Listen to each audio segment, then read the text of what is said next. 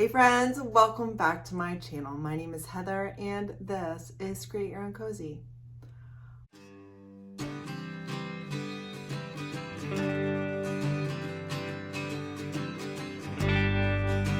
On today's video, I am gonna do a wrap up of what it was like to own and operate my own resale booth for the second month.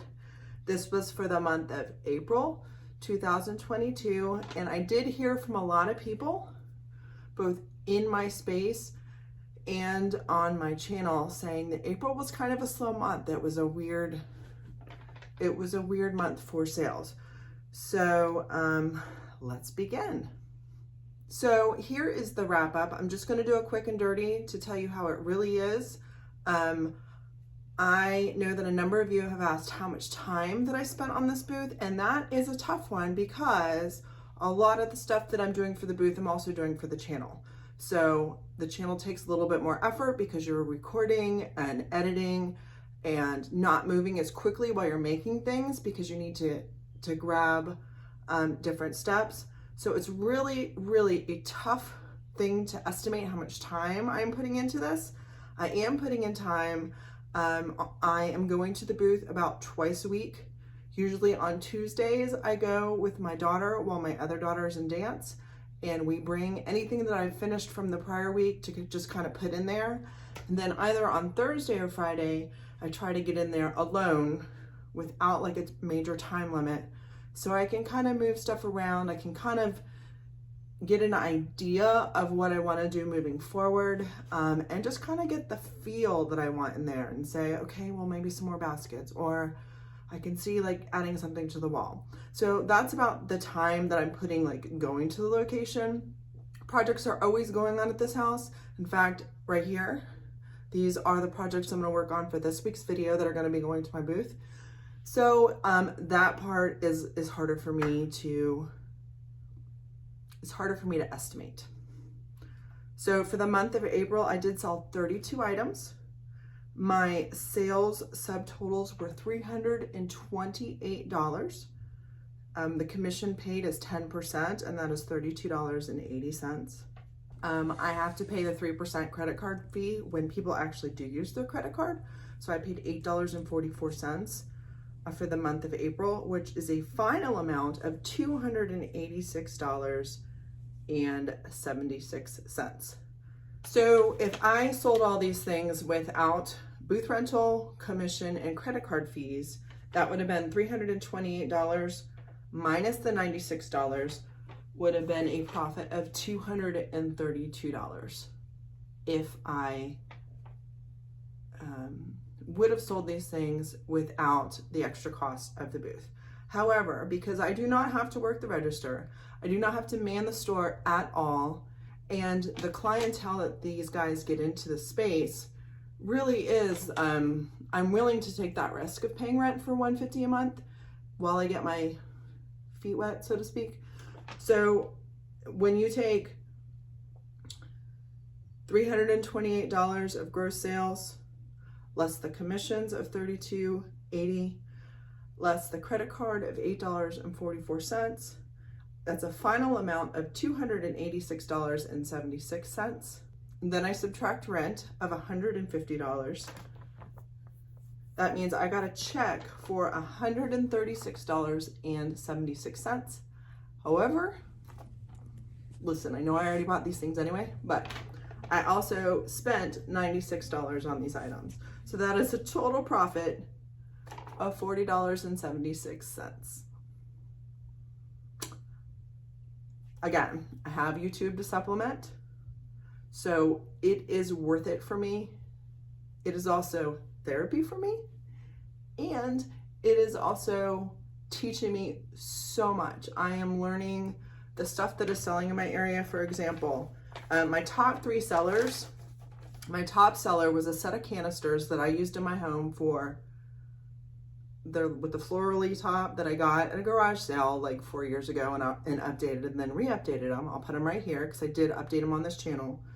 So I didn't count that as an expense since it is something that I had used in my home. So the profit for selling these things right here were $39.15. So like, look around your house. What can you get for free to update and then have a nice profit? The next two big profit items, that platter I love this platter. And a lot of you asked if you could buy it and I would ship it to you, which you guys are making it very tempting to do online sales. I'm not ready to add that to my arsenal just yet, but it is here. It is in the back of my head because I understand there's not much of an overhead if I do online sales. Okay, I digress. This is about booth sales. So this platter right here was a profit of $16. I took out the cost of the platter, about $1 for the IOD decal, and I think about $1 for the paint that I used on this product. So that was a nice profit. If I could do more of those, that would be great. I am looking for more platters as we speak because it is something that when people love it, they love it. The next thing that was a big profit was it was a window frame. So the profit for the window frame was $16. That was also a great profit.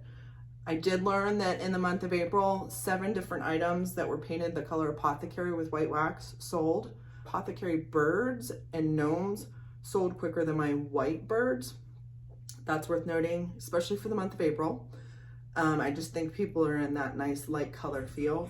I did sell a number of large baskets, which is like the more functional baskets, which is causing me when I'm thrifting, if I see a large basket, I know that I can put a price up and hardly do anything to it, and people will be like, ooh, I need that. That would be great for whatever in my home. Also, spring things like my bunny pillow covers sold, my birds sold, and my faux plants, especially the ones with the little IOD decals on the front, sold. So that is the wrap up for the month of April. Guys, I thank you so much for coming along on this journey.